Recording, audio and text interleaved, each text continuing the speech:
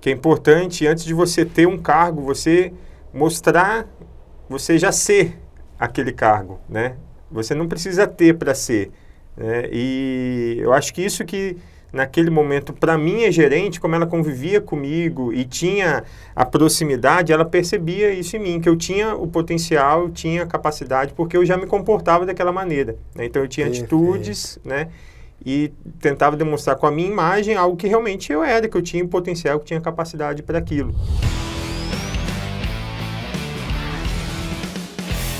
Cresça e apareça, com Léo Carreira. Olá pessoal, sejam muito bem-vindos a mais um episódio de Cresça e Apareça. Eu sou o Léo Carreira e antes de dar continuidade na história de hoje, eu vou pedir a vocês que se gostam do nosso conteúdo, que curtam, comentem e se inscrevam no nosso canal.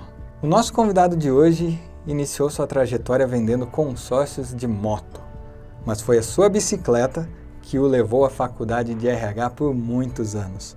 Hoje, ele vem apresentar para a gente as dicas, os desafios pelos quais ele passou e que o tornaram gerente de RH em uma das principais empresas do segmento cerâmico no país. É com muita honra que eu recebo hoje Pablo Belloni. Seja muito bem-vindo ao Cresça e Apareça. Obrigado, Léo. Obrigado pelo convite, pela oportunidade de fazer esse bate-papo com você aqui. Muito legal poder compartilhar um pouquinho aí. Parabéns pelo trabalho que você tem desenvolvido. Muito legal. Muito obrigado, o prazer é nosso em recebê-lo. E eu confesso que eu fiquei muito em dúvida se eu traria o Pablo para contar a jornada de crescimento ou como um especialista, porque ele atua na área de RH há muitos anos e tem uma grande expertise quando o assunto são pessoas.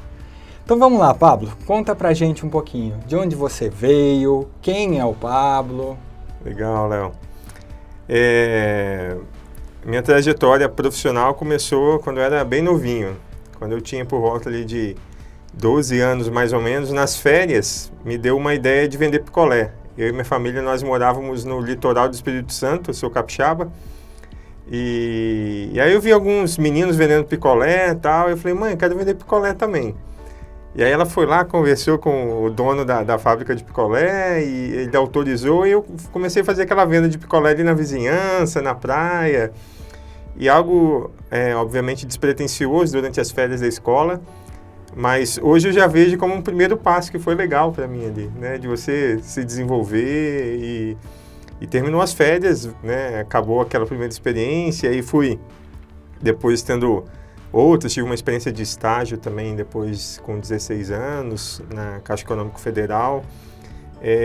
Mas essa primeira experiência aí da venda de picolé eu guardo com muito carinho, porque foi um início ali de contato com as pessoas, né? Esse primeiro contato e foi importante, né? Novo ainda, bem novo, não tinha muita noção ainda do que, né, ser na vida uma criança, mas eu guardo com carinho essa vivência aí de pouco tempo, foi legal. Em 2005, minha família veio para cá, para São Paulo, para Rio Claro, né? Os meus pais, meu irmão e eu viemos para cá. Eu tinha 18 anos na época e aí nós viemos, meu pai veio a trabalho, né? Meu pai, ele é pastor e ele veio pastorear uma igreja aqui na região. E nós viemos para cá. E aí eu consegui meu primeiro emprego de carteira assinada realmente, que foi vendendo consórcios de moto, como você falou. E o interessante é que eu vendia consórcio de moto, mas eu não tinha moto, eu andava de bike. Então era comum eu sair de Rio Claro, morava lá na região da Vila Paulista. Muitas das vezes ia atender um cliente lá no Distrito Industrial do outro lado de bicicleta. Pegava minha bike e ia. E aí fiquei quase um ano vendendo consórcio de moto, que não é uma coisa fácil também, porque o consórcio é questão de... Às vezes a pessoa quer comprar e já quer ter o bem, né? O consórcio é um investimento mais de médio e longo prazo, às vezes. Mas foi um desafio, me ajudou também a desenvolver um pouco aí da persuasão, da capacidade de comunicação, ter um pouco dessa questão de visão do cliente. Mas foi um desafio. E olhando para a nossa trajetória, acho que você também faz essa dinâmica e tantos outros convidados que você já deve ter tido aqui, você vai vendo pontos interessantes que vão acontecendo, né? E aí, nesse emprego aí de venda de consórcio de motos, um amigo chegou uma vez com um folheto de uma faculdade, aqui de Rio Claro. Eu disse, Pablo, esse curso aqui, a gestão de RH, tem bastante sua cara, hein, tal, não sei o quê, você gosta de pessoas e tal. Eu falei, deixa eu ver como é. E aí, fui atrás, tal, na época não tinha condições de pagar a faculdade, consegui uma bolsa. E aí comecei a cursar a faculdade de RH. Porque foi algo que me interessou, a minha ideia inicial, assim, eu gosto de pessoas, e RH também, provavelmente todas as empresas têm, porque toda empresa tem que ter colaborador, tem que ter funcionário. Então, a minha ideia inicial foi essa para entrar no curso. E aí comecei a faculdade, né, e na faculdade também, como todo início ali de aula, né, você senta onde tem um lugar disponível. E aí você começa a sentar naquele mesmo lugar. Coincidentemente, quem estava se sentando à minha frente era o gerente de RH de uma indústria de cerâmica. E, obviamente, não sabia. E esse gerente de RH, que se tornou um grande amigo, o Dirceu, ele fazia muito tempo que ele estava fora da escola, né? Ele já era um pouco mais velho, ele terminou os estudos e foi fazer a faculdade bem depois. E aí algumas questões a gente trocava, né? Ele trocava com a experiência de RH e eu trocava com a visão de um menino mais novo que tinha acabado de sair do ensino médio, então lembrava de algumas coisas mais de matemática ali, algumas coisas mais de ensino médio, a gente trocava bastante. E aí criou um vínculo ali, a esposa dele também fazia faculdade junto, a gente criou um vínculo ali, uma amizade. E aí surgiu uma vaga na empresa onde esse meu amigo Dirceu trabalhava e ele me convidou para o processo seletivo, né? Participei do processo seletivo, fui aprovado para a área de logística. Então, atuei ali por 3 meses na área de logística dessa empresa, uma indústria de cerâmica. E depois desses 3 meses surgiu uma vaga no RH. E aí, como eu já estava na empresa e estava fazendo o curso, né, eu participei do recrutamento interno e fui aprovado. E aí iniciei, então, minha vivência em RH. Isso em 2007. Então, foi uma série de coincidências, vamos dizer assim, que me levaram à minha primeira vivência na área de RH, né? E ali nessa empresa eu pude desenvolver meu trabalho, aprender bastante, né? Aprender ali a rotina de uma área de gestão de pessoas, de recursos humanos, uma indústria grande, na época tinha mais de 500 colaboradores, e logo depois de aprender um pouquinho, já pude também começar a contribuir, né? Então, algumas inovações, algumas ideias, a gente conseguiu estabelecer um trabalho bem legal ali, uma equipe bem legal, harmoniosa de trabalho. Depois, um outro amigo nosso da faculdade também integrou essa equipe no RH. O Laudimar é um grande amigo, ele vai assistir aí, um abraço para você, Lau. É um cara que está no RH e também está no sul do país, uma grande empresa multinacional hoje. E aí a gente conseguiu desenvolver um bom trabalho ali na gestão de pessoas dessa empresa. Eu fiquei ali 5 anos. E depois desses 5 anos, surgiu uma oportunidade na empresa que eu estou atualmente, né? Que é a Cerâmica Villagrés. Participei do processo seletivo, era uma vaga de coordenador de RH, né? Eu estava substituindo uma pessoa que estava se aposentando e ia ser desligada da empresa. E participei do processo, fui aprovado e entrei na Villagrés, então, em 2011. E ali comecei a desenvolver também o meu trabalho, né, como coordenador de RH, reportava para uma gerente e tinha ali a gestão da equipe. E em 2013, essa gerente ela acabou se desligando da empresa, ela foi para um outro projeto pessoal, mudou de cidade. E ela fez a sugestão para a diretoria que eu participasse do processo de sucessão, né, que eu a sucedesse ali na vaga de gerente. E teve uma avaliação por parte da diretoria e fui aprovado, né? E aí tem algo legal, Léo, que assim, naquele momento da empresa, a empresa tinha 3 diretores, a direção da empresa eram 3 diretores e o gerente de RH. E esses 3 diretores, eles eram bem mais experientes do que eu. Eles tinham mais de 55 anos, né? E eu tinha, na época, 25, mais ou menos. E aí, 25 para 26. E aí, no primeiro momento, teve uma desconfiança, né? Tipo assim, poxa, quem que é esse garoto que está chegando aqui para trabalhar no mesmo nível que a gente? Mas essas experiências são interessantes, né? Porque você, mostrando o seu potencial, mostrando que você tem capacidade, que você consegue desenvolver o trabalho bem da sua idade, você conquista o respeito das pessoas, né? Então, graças a Deus, foi isso que aconteceu. Consegui ali no primeiro momento trabalhar com aquela desconfiança deles, mas depois consegui vencer essa desconfiança e mostrar que eu tinha competência e capacidade para estar no mesmo nível que eles, apesar de tanta diferença de idade e de experiência de vida até, né? Então assumi a gerência, comecei a trabalhar com essa equipe de diretores. A empresa passou por algumas mudanças de modelo de gestão, mas estou até hoje lá na Vila Grande, vão fazer 11 anos agora, à frente do RH, já estou há 9 anos. Muito bom.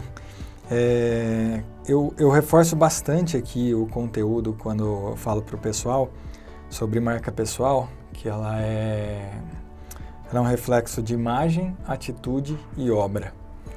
E olhando para o cenário, quando você recebeu essa promoção e essa desconfiança, você entrou com uma imagem da pessoa jovem, sem experiência.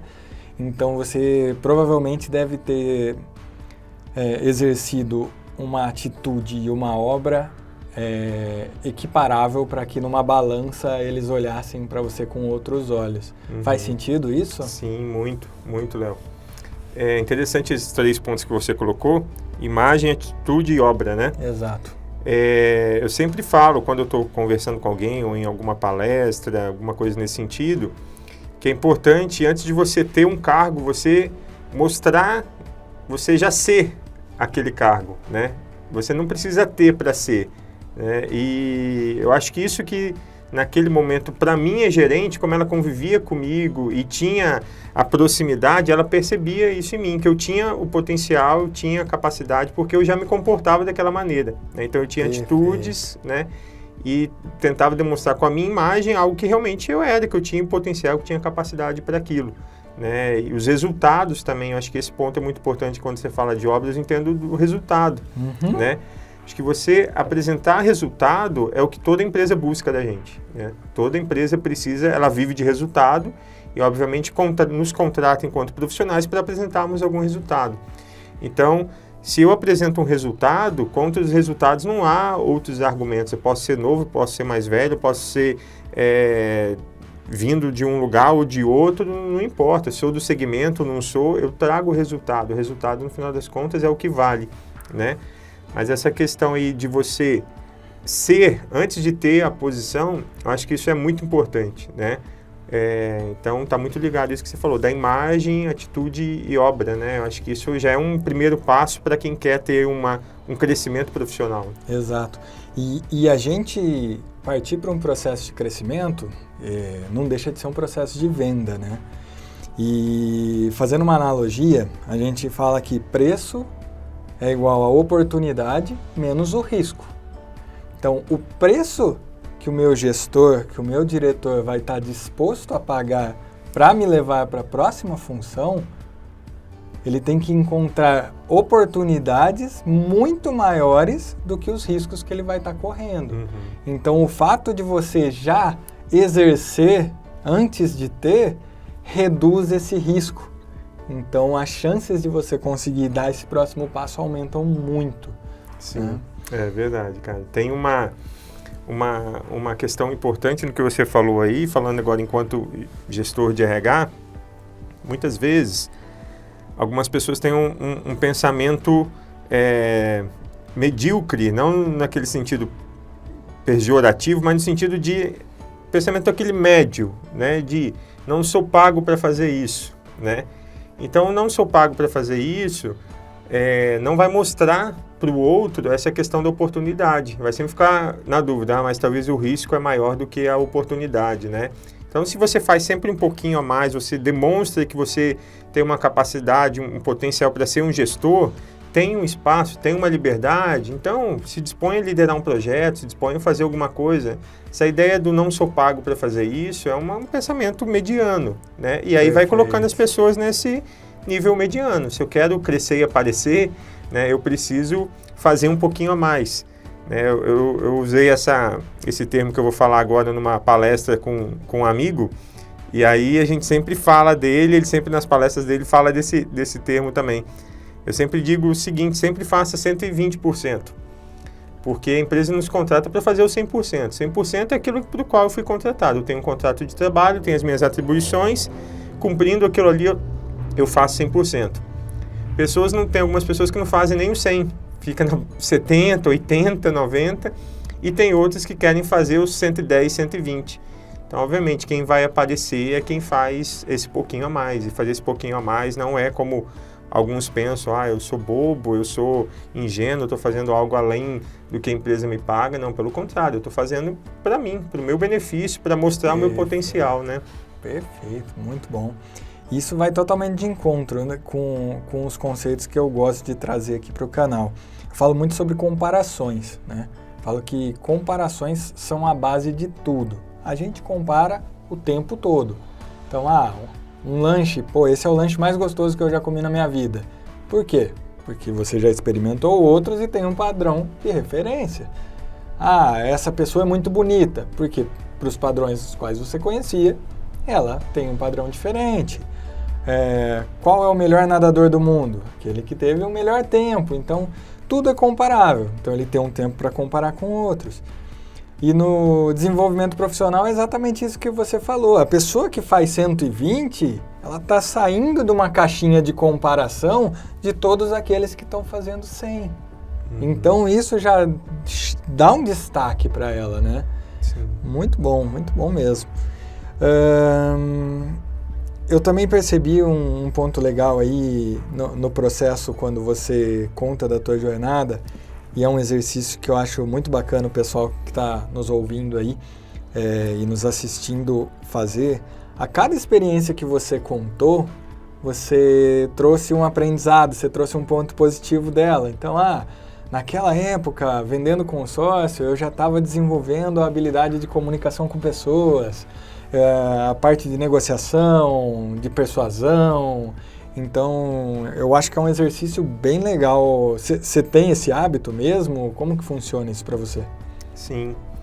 Eu percebo, Léo, olhando aí para a vivência que eu já tive na área, as experiências, que a questão da atitude que você colocou, né, ela é o que destaca realmente um profissional. Porque às vezes o conhecimento e experiência você consegue nivelar muito, né? Às vezes eu faço uma faculdade, nós dois fazemos uma mesma faculdade e um terceiro colega uma mesma faculdade.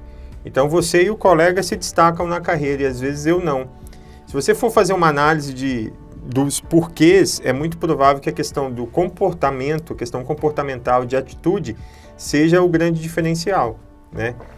E aí, voltando ao que você me perguntou, eu acho que toda experiência que a gente tem, toda vivência que nós passamos, nós conseguimos aprender alguma coisa com isso e nós devemos aprender alguma coisa com isso, né?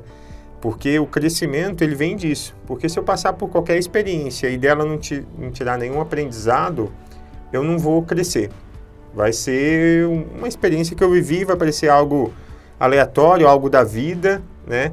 Mas em tudo na vida eu posso aprender alguma coisa. Eu posso, depois de algum tempo, talvez naquele momento eu não tenha essa clareza, né? Mas depois de algum tempo eu consigo avaliar como é que foi meu comportamento, como que eu lidei com aquela situação, né? Frequentemente eu faço isso. Estou resolvendo uma questão, estou conversando com um colaborador, estou conversando com um colega de uma outra empresa, estou negociando alguma coisa. Fiz o melhor que eu pude. Depois de algum tempo, eu paro e analiso aquilo. Como que eu fiz isso? Eu falei bem, eu me coloquei bem, eu poderia ter feito de uma outra forma, né? Às vezes nós entramos no automático, né, de resolver questões, de problemas do dia a dia e tal, e a gente não consegue parar alguns momentos para fazer essa análise, né? Mas, como a gente está falando aqui de crescimento profissional, acho que isso é uma coisa que é essencial, né? É olhar para mim mesmo e ver o que eu posso desenvolver nas minhas atitudes, nos meus comportamentos, né? Porque, voltando, conhecimento é, entre aspas, fácil de adquirir, né? Todos nós podemos fazer um curso de X e todo mundo vai aprender de X. Mas o que eu vou fazer com aquele conhecimento, como eu vou colocar aquele conhecimento em prática, é o que vai me diferenciar dos demais profissionais, né? Então, eu acho que para isso também não é só um curso. Um curso pode te ajudar a olhar para os seus comportamentos, mas é pontual. Você tem que fazer isso diariamente, tem que fazer isso semanalmente, mensalmente, anualmente, né? Esse ano, como que eu, sei lá, elenco algumas competências, vou trabalhar essas competências nesse ano. Final do ano, como que eu estou nessas competências, o que eu melhorei, o que não melhorei, o que eu posso melhorar para o ano seguinte. Então, independente aí da periodicidade, eu acho que é importante ter essa autoanálise por parte dos profissionais, né?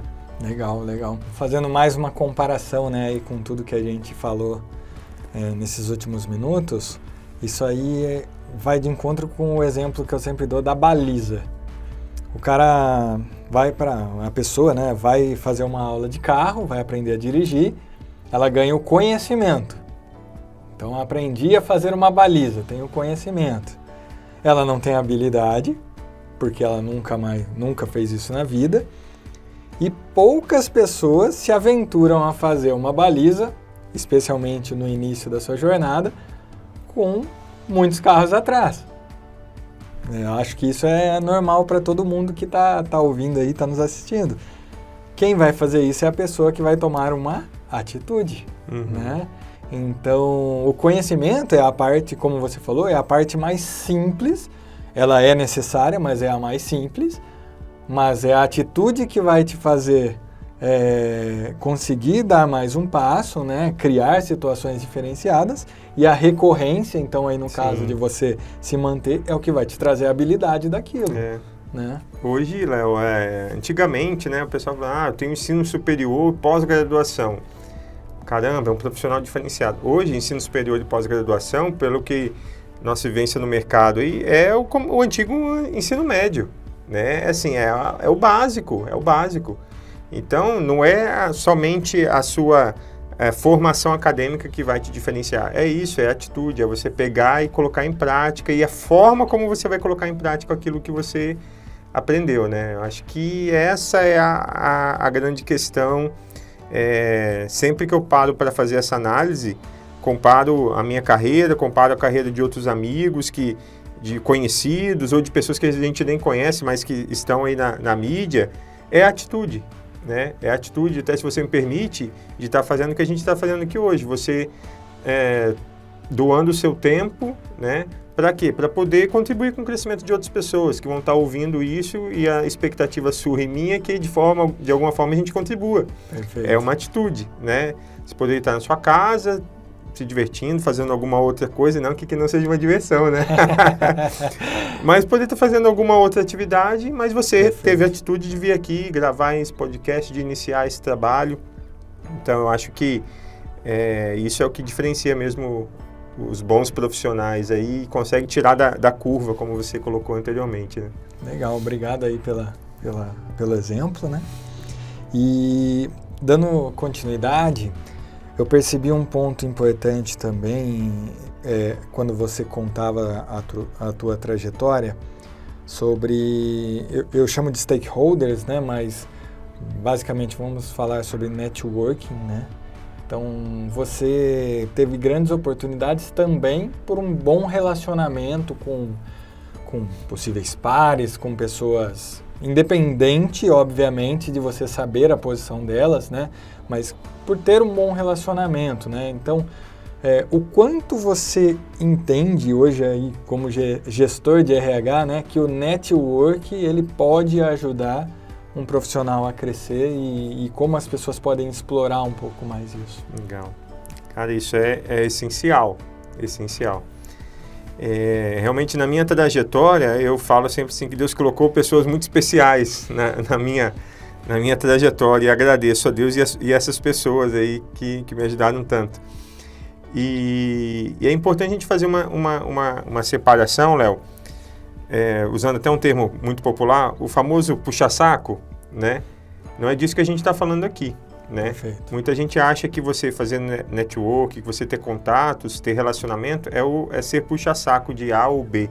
Não é isso, porque o puxa-saco é aquele que não tem competência. Então, para eu conseguir alguma coisa, eu tenho que bajular alguém para receber algo. Não é isso. É você se lembrar que você está sendo observado a todo momento. Em qualquer lugar você está sendo observado. eu sempre digo o seguinte: profissionais, por exemplo, que trabalham em supermercado, em atendimento ao público, estão sendo muito observados, né?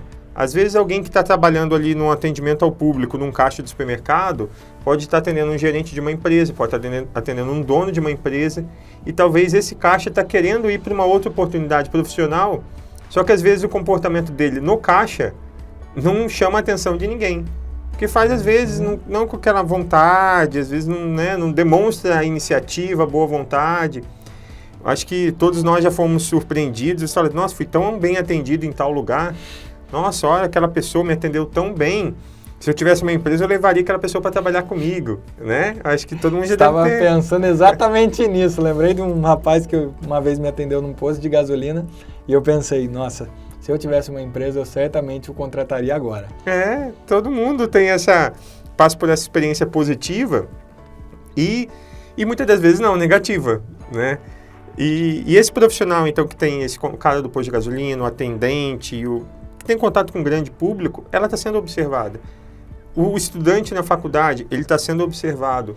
No seu local de trabalho, você está sendo observado. Um cara que é um colega seu hoje, que é uma pessoa, um par num outro departamento, pode ser um futuro gestor numa outra empresa, né? Então, assim, a gente está sendo observado a todo momento, né? E as pessoas, às vezes, esquecem isso, né? E por que eu estou falando dessa questão de ser observado? Porque é a questão da imagem que a gente falou e do network, né? Porque as pessoas vão querer se aproximar de quem agregue algo, de alguém que traga algo de positivo, alguém que transmita confiança, né? Acho que confiança é algo muito importante. Então, você vai ser indicado para uma vaga se você transmitir essa confiança, se você ter uma imagem de credibilidade com as pessoas que você conhece, né? Ou se você atendeu bem um cliente, um fornecedor, N pessoas que você pode ter contato na sua vida profissional. Então, quando a gente fala de rede, de network, eu acho que é muito isso. Que imagem que eu estou deixando para essas pessoas e com quem eu estou interagindo, né? Algumas pesquisas falam que a gente é a média das 5 pessoas com quem a gente mais convive, né? Então, assim, profissionalmente, com quem eu tenho convivido, né? Com quem eu tenho dividido as minhas questões, com quem eu tenho buscado conselho, com quem eu tenho estudado, com quem eu tenho buscado uma orientação, uma mentoria quando eu preciso, né? Então, isso é essencial, porque se eu busco com pessoas que estão, entre aspas, né, de maneira assim, de desenvolvimento, estão abaixo de mim, ou seja, não querem se desenvolver, não querem estudar, não querem ter atitudes melhores, comportamentos melhores, essas pessoas vão me puxar para baixo também. A minha média vai baixar, né? Agora, se eu começo a andar com pessoas que estão acima, pô, esse cara sabe mais do que eu em tal área, esse cara, outro sabe mais do que eu em outra área, e eu também sei mais do que eles em outra área e também vou compartilhar, minha média vai subir. E aí a minha rede fica uma rede muito positiva, né? Então, aí, uma oportunidade, poxa, tenho uma oportunidade, poxa, essa oportunidade tem a cara do Léo. Por quê? Pô, o Léo é um cara que tem aqui na minha cabeça como um profissional sério, comprometido, que busca crescer, que busca se desenvolver, né? E muitas das vezes, o que eu percebo nesse dia a dia de RH, as pessoas falam, mas eu não tenho oportunidade, eu não consigo. Mas talvez é importante fazer uma autoanálise. Que imagem que eu estou deixando, né? Até se você me permite uma analogia aqui, que eu sempre gosto de usar, eu vi há bastante tempo e retransmito ela. O profissional pode ser comparado ao jogador de futebol. Em que sentido? O jogador de futebol, quando ele está iniciando, lá, o menino que está na base de um time pequeno, ele ganha pouco, e não é porque ele ganha pouco que ele faz gol contra, né? Então ele ganha pouco e ele faz o que? Ele cobra o escanteio, que se puder ele vai lá cabecear, ele está na zaga, está no ataque, ele quer fazer tudo. Por quê? Oi, estou aqui, ó, sou um bom jogador, né? E o profissional não pensa assim muitas das vezes. Tem muita gente que pensa, eu ganho pouco, então vou fazer pouco, vou fazer aqui, desse jeito. Mas aí acontece isso, ninguém vai te ver. Ninguém vai ver que você tem potencial. Então, nessa rede que você pode formar, as pessoas nem vão lembrar de você, porque quantas outras dezenas e centenas de pessoas também estão buscando uma posição, uma recolocação, ou uma nova posição na carreira. Então, para se destacar, você tem que fazer aquele pouquinho a mais que eu falei antes, para que você seja lembrado na sua rede de contatos e, obviamente, né, tá vinculado, tá próximo a uma rede positiva, né, de bons profissionais. Eu sempre olho pro lado, né? quando a gente vai buscar uma posição, buscar uma pessoa no mercado, né? Eu penso, bom, eu preciso para essa posição uma pessoa que tenha uma atitude, uma liderança mais forte, um exemplo, ou uma boa comunicação. E aí entra de novo a comparação, né? Eu começo a fazer uma varredura de todas as pessoas que eu conheço e quem são as pessoas com maior capacidade de comunicação, as pessoas com maior capacidade de liderança. E são essas que vêm à frente. Então, vai super de encontro com isso que você falou, né? A gente está sendo observado o tempo todo e, de repente, você demonstrou uma competência ali que é o que a pessoa está buscando e que vai dar certo. E se me permite fazer um adendo, no seu exemplo das 5 pessoas com quem você mais convive, eu também gosto hoje de olhar sobre essa mesma ótica para os 5 conteúdos que eu mais consumo. Então, eu posso estar consumindo alguma bobagem na internet o tempo todo de algum site, isso vai estar no meu dia a dia, é como eu vou estar me portando. Ou eu posso estar consumindo conteúdo de gente que realmente agrega valor.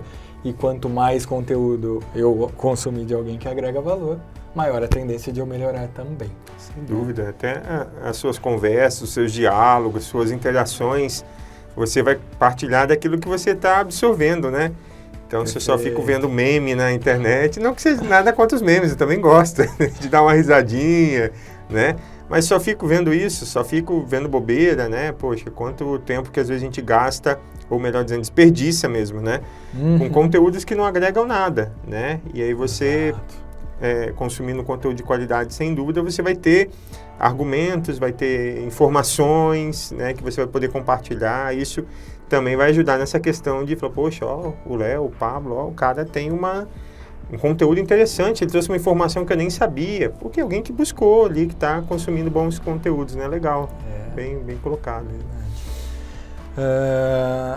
Aproveitando um pouquinho, então, da tua expertise, da tua área de atuação, eu acho que seria legal, e isso, assim, muitas empresas eu vejo que acaba ficando escondido, vamos falar assim, de que forma o RH, né, o Departamento de Recursos Humanos, pode contribuir para uma pessoa que está em busca de crescimento profissional.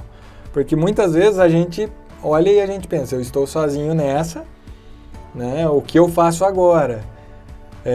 E eu realmente acredito que o Departamento de Recursos Humanos ele está lá para te ajudar nisso também, né? E ele pode contribuir sim para que você enxergue coisas que você não enxerga, dê dicas que você pode utilizar no seu dia a dia. Então, de que forma que você, sendo parte de um RH, né, vê que isso pode contribuir para uma jornada de crescimento?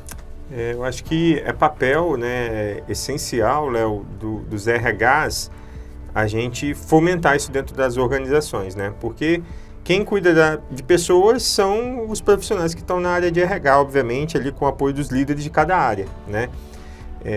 Até abrindo um parênteses aqui, essa questão de gestão de pessoas, é importante a gente sempre ressaltar que é algo compartilhado, né? Entre RH e o líder da área, né? Porque o RH não tem toda a atribuição, né? E não consegue desenvolver as equipes sem o apoio do líder, né? Então, essa gestão ela tem que ser compartilhada.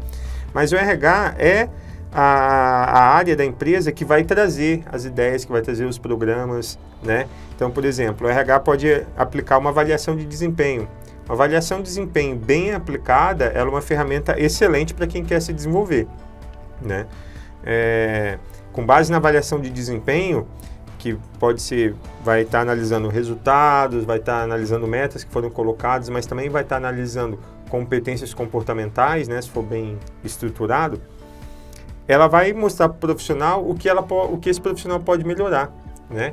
Então, digamos que a minha empresa considere lá 5 competências comportamentais. Então, dessas 5, tiveram 2 que eu fui super bem, então eu tenho que continuar mantendo. Tiveram 2 que eu fui avaliado razoavelmente e uma terceira que eu não fui bem. Então, Então, obviamente que eu vou fazer essa última, que eu não fui bem avaliado, eu vou trabalhar, vou buscar, e meu RH pode me ajudar. Indicações de treinamentos, inscrevendo, patrocinando através da empresa, treinamentos, programas, mentoria, programa de coach, tantas ferramentas que a gente tem hoje, né, para desenvolver essa competência. As duas que eu fui mais ou menos, né, avaliado, não fui tão bem.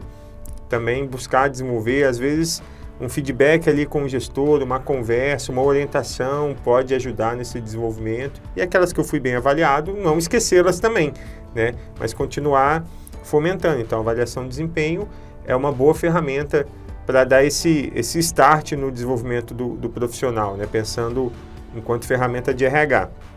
Com base na avaliação, a gente vai fazer o que eu já disse, que é esse programa de treinamento, de desenvolvimento, né? Que pode ser algo individual, pode ser algo coletivo. Por exemplo, lá na Vilagres, todo início de ano, como a maioria das empresas, a gente faz um levantamento de necessidades de treinamento com os gestores, né? Então, a gente elenca lá algumas competências que são estratégicas para nós, e aí os gestores indicam quais competências eles entendem que as equipes precisam ser treinadas. Com base nesse levantamento, a gente cria uma trilha de treinamentos, né? E aí vai ser algo coletivo, não vai ser algo individual para o colaborador A, B ou C, mas uma equipe de pessoas vão ser treinadas naquelas competências porque os gestores colocaram como uma competência que eles identificam que é mais deficitária, né? Que precisa de mais desenvolvimento. Então, acho que é essencial que o RH ele traga essa visão, né? É lógico que também, pessoal, não crucifique os RHs de suas empresas, tá? Porque eu coordeno também atualmente o grupo de RH de Rio Claro, que é um grupo que tem em torno de 65 empresas. E aí os colegas compartilham muito também as dificuldades, que aí falando um pouco para os empresários agora, que às vezes tem com os empresários, né? Porque se você está numa empresa menor, tem uma atuação muito próxima do empresário, e o empresário também não dá essa abertura, o RH também fica de mãos atadas, né? Então, às vezes, os profissionais vão falar assim, poxa, mas meu RH não traz, meu RH não faz isso, meu RH não traz um treinamento, mas será que o problema é no RH ou acima, né? O empresário precisa também entender a importância disso. Uhum. Então, tem alguns desdobramentos aí que a gente precisa avaliar. Ferramenta tem bastante coisa para fazer, perfeito. Mas precisa entender aí onde que, né, quem precisa dar esse passo, se tem essa autonomia para dar esse passo ou não, se não tem, quem está acima precisa perceber a importância disso, né, de desenvolver as pessoas. Com certeza, com certeza. Bacana, Pablo. Retomando um pouquinho da tua jornada agora, eu queria que você contasse um pouquinho sobre desafios. Quais são os principais desafios que você já passou na tua carreira e como você os superou? Legal, cara. Foram alguns. Eu acho que o primeiro foi essa entrada na área de RH, né? Esse início, a questão de você estar estudando e trabalhando é algo que, né, muitos, se não todas as pessoas fazem esses dois turnos aí, né, de trabalho e estudo. É algo que é desafiador, é cansativo, né? E aí você entrando numa área nova que você não conhece é um grande desafio, né? A questão de aprender, de se adaptar à cultura da empresa. Então, ali quando eu iniciei na área de RH, essa adaptação entre faculdade, trabalho e entrando numa área totalmente nova, o aprender e também poder contribuir foi um desafio. Mas, sem dúvida, depois que eu assumi a gerência do RH da Vilagres, vieram os maiores desafios, porque o cargo traz isso também, né? E aí eu posso contar uma experiência que ela é pública, não tem problema. Em 2014, por decisão estratégica, né, da empresa, após uma análise, nós fechamos uma unidade da empresa. E aí tinham nessa unidade por volta de 150 pessoas, mais ou menos. E a gente não conseguia absorver na outra unidade essa quantidade de pessoas. E é algo difícil, né? Você tem que saber que você vai ter que fazer demissão de 150 pessoas, 150 famílias. Então, quando você tem essa preocupação com pessoas, isso fica na sua mente te preocupando, né? E ali a direção da empresa foi muito sensível ao que eu levei de propostas, de ideias, para a gente diminuir o impacto dessas demissões, né? Então, vou compartilhar aqui, Léo, algumas questões simples que a gente fez, mas que deu um resultado muito positivo. Então, por exemplo, a gente estendeu alguns benefícios para os colaboradores, né, além do que era exigido por lei. No momento ali de pagamento da rescisão, as pessoas sabem que ao receber uma rescisão, para você sacar o FGTS, você tem que ir numa agência da Caixa. Então, imagina 150 pessoas indo numa agência da Caixa.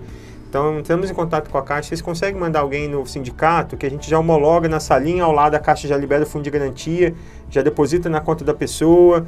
Então, esses pequenos detalhes que tiram um pouco da dor de cabeça das pessoas. Você, enquanto gestor, enquanto profissional, demonstra uma preocupação com os outros profissionais, porque são profissionais como você, que estão ali, né, naquele momento estão sendo demitidos. E eu acho que o mais importante que a gente fez, que foi um gesto simples, mas que deu muito resultado, foi o seguinte: nós atualizamos o cadastro de todos esses colaboradores. Falamos, gente, a gente vai mandar o contato de todos vocês, falando nome, telefone, a função que vocês desenvolviam para as outras empresas da nossa região, para tentar ajudá-las na recolocação. Fizemos isso, mandei um e-mail para os meus colegas de RH das outras indústrias de cerâmica. Pessoal, fechamos a unidade tal, segue a relação dos colaboradores, bons colaboradores, foram desligados porque a gente não conseguiu absorver. Dentro de 3 meses, mais ou menos, 70% já estava empregado, né? Isso foi uma experiência muito legal. Por que a gente sabe disso? Porque quando surgiam vagas na Vila Gre, a gente ligava para eles. Ô, fulano, surgiu uma vaga aqui, quer voltar? Poxa, obrigado, mas entrei na empresa A. Obrigado, mas já entrei na empresa C, entrei na empresa B. Naquele momento também estava um momento de aquecimento do segmento cerâmico, então foi propício, também ajudou nessa recolocação, né? Mas certamente essa nossa atitude simples facilitou, que teve gente que no dia seguinte recebeu ligação. Então recebeu a rescisão, no dia seguinte já começou a fazer uma entrevista e foi aprovado. Não precisou o cara ir lá fazer currículo, sair de empresa em empresa entregando. Então, assim, coisa simples, né? Foi um desafio porque foi a primeira vez que eu tive que enfrentar uma demissão de tantas pessoas. E é difícil, né? Até hoje, não é gostoso, não é fácil, não é simples de se fazer. Obviamente, hoje quando preciso fazer um desligamento, né, é um pouco mais natural, vamos dizer assim, eu consigo lidar isso com mais naturalidade, apesar de não ser algo fácil de ser feito, mas naquela época era muito mais complicado, foi um grande desafio. Então, acho que ali a gente conseguiu lidar um pouco e pude aprender um pouco ali naquela vivência também, né, de como que você ter esse cuidado com as pessoas gera também um resultado positivo, de gratidão, de as pessoas reconhecerem isso, né, e de deixar uma boa imagem, né, da empresa, que sempre teve uma boa imagem, mas manteve até nesse momento difícil de desligamento, né? Legal. E mais uma vez voltamos ao ponto da atitude, né? Porque a tua atitude, da tua equipe, enfim, foi muito bacana de você olhar com um olhar diferente para essas pessoas, né? E também demonstra muito do que são os seus valores, né? Pegando um gancho em valores, então, eu também queria perguntar para você o seguinte: você como gestor hoje deve ter pessoas no seu time, pessoas na sua equipe. O que você considera como crucial, o que você leva em consideração para fazer a promoção de alguém da tua equipe hoje? Pessoal, peguem essa dica aí, vocês que trabalham comigo, querem ser promovidos. Bom, Léo, acho que a nossa conversa aqui está gerando muito em torno dessa questão de comportamento, de atitude, e obviamente é isso que eu avalio, né? Porque o conhecimento, ele é assim, o básico, né? Então a pessoa já tem o conhecimento para estar atuando na área, isso é essencial, falando obviamente aqui de uma promoção que a gente está falando nesse momento, né? Se a gente estivesse falando de contratação, é comum a gente trazer profissionais às vezes sem experiência, até para fomentar esse desenvolvimento, para contribuir nessa primeira vivência na área, isso é possível ser feito. Mas falando de promoção, o conhecimento é o básico, né? E aí a gente tem que analisar algumas atitudes, alguns comportamentos, né? Então, assim, o comprometimento desse profissional, né? O comprometimento com ele mesmo, comprometimento com a equipe e comprometimento com a empresa. Eu acho que esses 3 viés aí do comprometimento são importantes, né? Questão de orientação a resultado, acho que é muito importante, né? Não sou workaholic, não trabalho desesperadamente, eu tento organizar minha rotina para que eu trabalhe o necessário, cumpra com as minhas obrigações, que eu faço o melhor que eu posso, mas que ao final do meu dia, no meu final de semana, eu consiga descansar um pouco. E eu acho isso importante no profissional. Pode ser, às vezes, um contrassenso do que muitos pensam, mas eu acho que o profissional que está sempre ocupado, a gente tem que tomar um certo cuidado e avaliar. É um excesso de trabalho, que às vezes pode ser mesmo, né? Talvez está faltando 1, 2 pessoas na equipe, né? Vejo muitos colegas fazendo, às vezes, gestão sozinho com mais uma pessoa, uma empresa que precisaria de 2, 3 pessoas num RH, por exemplo, né? Então pode ser excesso de trabalho, mas às vezes pode ser também uma desorganização, uma falta de planejamento. Né? Então, eu avalio um pouco isso também. Como que a pessoa lida com a agenda dela, como que ela lida com as questões pessoais dela, consegue ter tempo para si, né? Eu acho que isso é importante, né? A pandemia também nos mostrou aí um pouco o quão é importante a gente olhar para nós, para a nossa família, para o que realmente importa. Porque se eu estou olhando para mim, se eu estou olhando para a minha família, para as pessoas que eu amo, quando eu for para o meu trabalho, eu vou também levar essa coisa positiva, né? Essa coisa de fazer com carinho, fazer bem feito, né? Agora, se eu fico só voltado naquela correria, né? Aquelas pessoas perguntam, como é que tá as coisas? Correria, sempre correria, sempre correria. Tem gente que só responde isso, né? Como é que tá? Correria, correria. E pode ser um momento, mas foi a vida toda correria. Opa, deixa eu parar. Por que eu estou correndo tanto? Ou do que eu estou correndo, né? Então eu avalio isso. Bem observado. Né? Pode ser um contrassenso, né? Muitos gestores valorizam aquele que trabalha desesperadamente, mas eu acho que o trabalhar desesperadamente às vezes esconde algumas coisas que a gente não quer ver. Então, orientação ao resultado, né? Como a pessoa lida também com a vida pessoal dele, a questão do comprometimento. Eu acho que a comunicação também ela é algo muito importante. E quando eu digo comunicação, não no sentido de ser um grande orador, de falar em público, não, mas ter clareza e ser franco no que está falando, né? Sinceridade. Acho que uma comunicação sincera, ela é essencial, né? Porque você passa confiança, né? Então, assim, sei alguma coisa? Ok, não sei. Essa questão de Perfeito. Não sei ficar, mais tal, baba, não resolve. Seja transparente, né? Seja transparente, né? Vai se comunicar, sabe aquela questão, sabe resolver. Na minha área, como a gente lida com colaboradores, eu sempre falo muito com a minha equipe. Clareza, pessoal. A gente tem que pensar com a cabeça do outro. Você tem uma informação, você trabalha com isso o dia todo. O outro que está vindo aqui, talvez explicar para ele um cálculo de imposto de renda vai ser a coisa mais difícil do mundo, porque ele não está acostumado, ele não lida com isso todo dia. Então, faz da forma mais didática possível, mais clara possível. Ou o colaborador fez uma pergunta para alguém, eu sempre reforço isso com a equipe. Não sabe? Pode falar que não sabe. Não sei, vou procurar a informação, né? Então, ter essa sinceridade, essa franqueza na comunicação, ao lidar com o outro, ao falar, é um outro fator que eu considero muito importante também. Então, acho que basicamente seriam esses 4 fatores aí. Muito bom. Você que é da equipe do Pablo, fica ligado. Fantástico, Pablo, fantástico. Eu acho que toda a tua trajetória reflete, tudo isso que a gente falou reflete o lugar que você já alcançou e tenho certeza que você vai alcançar muito mais ainda, né? Eu fico muito feliz sempre que eu falo com pessoas que se importam com pessoas, né?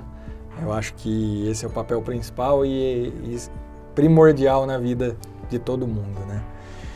Partindo mais para o final do nosso podcast, então, vou fazer a pergunta que eu faço para todos os meus convidados. Eu queria que você me falasse quem são os 3 profissionais mais excepcionais com quem você já trabalhou e o que os torna tão excepcionais. Vamos lá. Tem bastante gente, né? Mas vou citar, então, os 3 aqui que você me indicou. 3, então vamos falar de 3. O primeiro é a Sônia. Sônia, eu nunca mais tive contato com ela, mas ela foi a minha supervisora no estágio que eu fiz no banco, lá quando eu era adolescente ainda. E ali eu consegui aprender um pouco, desenvolver o trabalho, e eu conseguia, de certa forma, como estagiário, assumir algumas atividades pequenas, mas conseguia assumir algumas atividades da Sônia. E a Sônia, ela era muito, acho que rígida não é bem a palavra, mas ela era muito... criteriosa. Criteriosa, isso, uma boa palavra. Como deveria ser, porque na época ela atuava e eu atuava junto com ela naquela área do banco, da Caixa Econômica, que faz liberação de fundo de garantia, de BIS, e naquela época, assim, o banco fazia tudo. Hoje as empresas liberam praticamente tudo pela própria empresa, o colaborador pelo aplicativo e faz liberação da FGTS. Naquela época não existia isso, né? O cara tinha que ir até a agência com a rescisão, então a gente tinha que conferir todos os dados, ver se não tinha problema nenhum no sistema, tal, para fazer uma liberação. Imagina liberar uma conta de FGTS errada, alguma coisa assim. Então ela era muito criteriosa.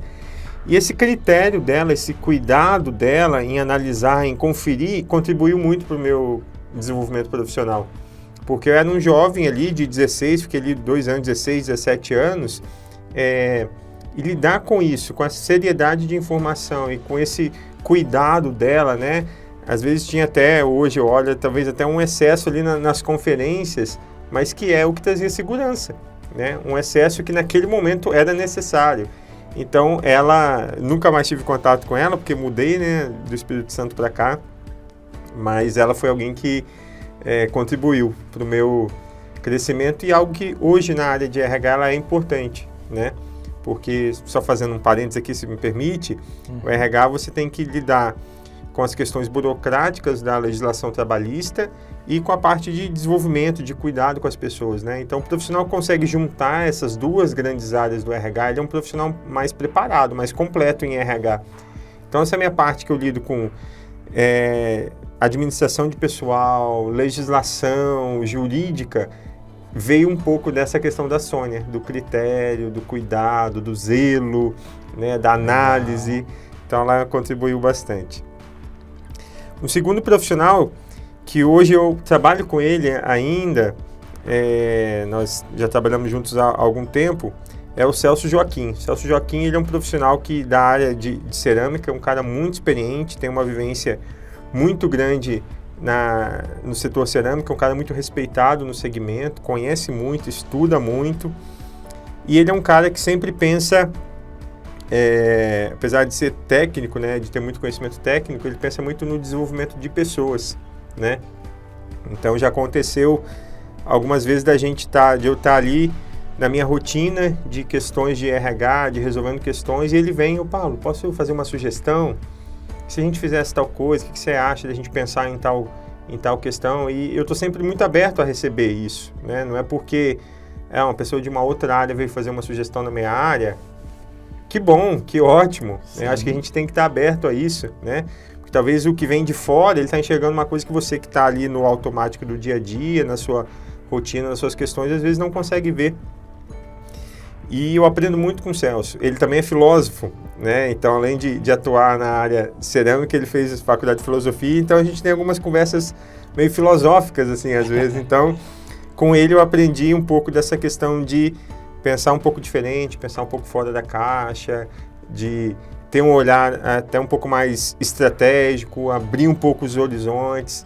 Então, Celso, você é um cara que eu devo muito a você e obrigado pelas suas contribuições. E uma terceira pessoa que eu não posso deixar de citar, não é uma declaração de amor, e ao mesmo tempo é a minha esposa. A minha esposa, ela é uma profissional muito comprometida, e eu acho que o que eu aprendo com ela é esse comprometimento e essa paixão com o trabalho. Ela atua numa empresa na área de inovação, de fomento de novos negócios e empreendedorismo, e ela faz aquilo com tanta paixão, com tanto amor, com tanta dedicação, e isso me inspira, né? Eu acho que é legal você poder compartilhar a vida e você ter pessoas ao seu lado, seja o seu cônjuge, o namorado, namorada, seja um amigo, um colega de trabalho, que te inspiram nesse sentido também. Ela me inspira nisso, nessa questão da paixão pelo que faz. Eu acho que isso, às vezes, falta né, em muitos profissionais. Às vezes a gente entra na área até com muita paixão, com muita vontade, mas depois aquilo parece que vai diminuindo. E a Jaque já está nessa área há bastante tempo e ela sempre fala com muita paixão, com muito amor do que ela faz. Então, com ela eu tenho aprendido muito isso. Então, obrigado, amor, por me ensinar e por me ajudar também nessa área aí a crescer e ser um profissional melhor. Muito bacana. Se a gente olhar lá para as dicas que você deu há um tempinho atrás sobre como fazer para ser promovido na sua equipe e olhar quais palavras se repetem daquela tua resposta e as palavras que você repete ao falar desses 3 profissionais, a gente vai entender muito de quem é o Pablo, né? E o que é importante para o Pablo. Eu digo que quando a gente está em crescimento profissional, quando a gente consegue identificar esses fatores nas pessoas que podem nos dar a oportunidade, a gente tem um baú de ouro nas mãos, né? Aí só depende da nossa competência em trazer o que é nosso de melhor e de uma forma que seja boa e de fácil absorção da pessoa que pode nos promover, né? Então fica a dica aí, pessoal que está nos ouvindo, prestar atenção nesses fatores. Incrível, estou muito feliz com o nosso bate-papo hoje. Tenho certeza que vai ser muito rico para quem está nos ouvindo, vai trazer muitos bons insights, né, para quem está buscando crescimento. E eu queria pedir para você oficialmente agora, para o pessoal que está nos ouvindo, nos assistindo em casa, para dar algumas dicas de crescimento, como que eles podem fazer para atingir voos mais altos aí. Legal. Bom, pessoal, em primeiro lugar, ouça o podcast, curta o canal aqui do Léo. Material muito bom, né? Eu acho que, como a gente falou um pouquinho antes aí, o que você consome vai dizer muito quem você é, o que você reproduz, né? Então isso é muito importante. E não só o material que o Léo produz, mas tantos outros bons materiais que tem, né, disponíveis, livros, canais na internet, páginas, né, perfis. Sigam boas pessoas, tenham pessoas, referências para você. Eu acho que esse ponto ele é importante, né, Léo? Eu quero ser igual fulano de tal. Não que você vai deixar de ter a sua identidade, não que você vai querer copiar alguma pessoa, mas é a questão da modelagem que a gente fala, né? Então, poxa, fulano fala de uma maneira interessante, fulano se comporta de uma maneira legal. Olhe para aquela pessoa, né? Vai modelando, vai vendo como que ela faz aquilo. Se é alguém que é acessível, troca uma ideia, bate um papo, pede uma orientação. Acho que os bons profissionais têm muita abertura, né? Tem muita gente boa aí que sabe fazer muita coisa boa e que tem abertura para, às vezes, trocar uma ideia com você, tomar um café, fazer um bate-papo, e você pode aprender bastante. Então, acho que ter essas pessoas de referência é uma primeira dica. Segunda dica faça além do esperado. É o 120% que eu falei, né? Eu sempre que possível falo desse 120% porque me ajudou muito, né? Na minha trajetória, tem me ajudado. E é importante, pessoal, a gente precisa, se você quer crescer, se você quer aparecer, se você quer se desenvolver, faça além do esperado. O esperado tem gente que já está fazendo. Se você quer sair da curva, se você quer ser visto, faça além do esperado, faça um pouquinho a mais, porque isso vale a pena. Eu sempre digo, você está fazendo em primeiro lugar para você e por você. Depois é para a empresa, porque quem ganha em primeiro lugar somos nós. É a minha imagem, a sua imagem que fica como uma boa imagem, uma imagem de um profissional competente, que tem capacidade de assumir novas funções, de novas atribuições. E, obviamente, a empresa também vai se beneficiar disso, mas o primeiro beneficiado, com certeza, é você. E uma terceira dica que eu deixo é se desenvolva sempre, né? E aí, quando eu falo de desenvolvimento, é no sentido de buscar conhecimento, que a gente já falou um pouquinho antes, né? De consumir bons materiais, de ler, de estudar, de fazer cursos.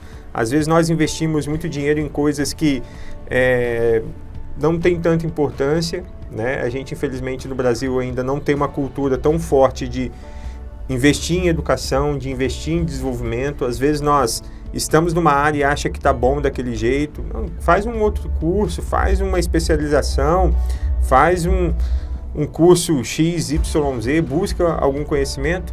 Isso é muito importante, mas também busque desenvolver suas competências comportamentais.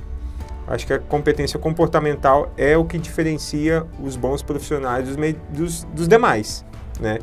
Então, não sabe como fazer isso? Busque alguém que possa te ajudar, busque um coach, busque um profissional da área da psicologia, estude sobre o tema, faça uma autoanálise, busque ferramentas, tem várias ferramentas disponíveis aí no mercado.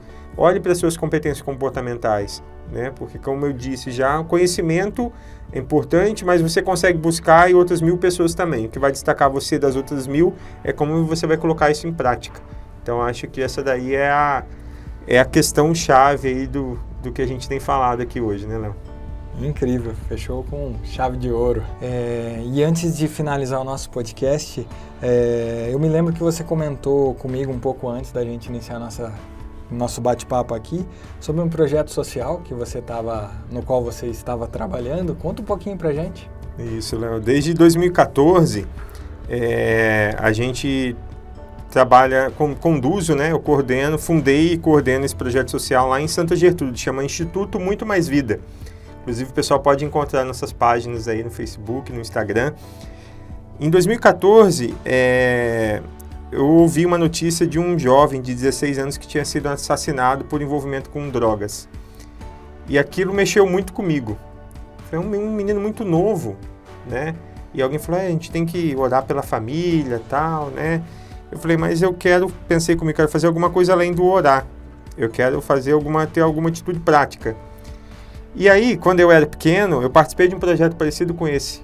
Um senhor lá no Espírito Santo, com uma bola velha, reunia uns meninos de sábado para jogar futebol. E ali, aquilo foi trabalhando com a gente, com aquela meninada, né?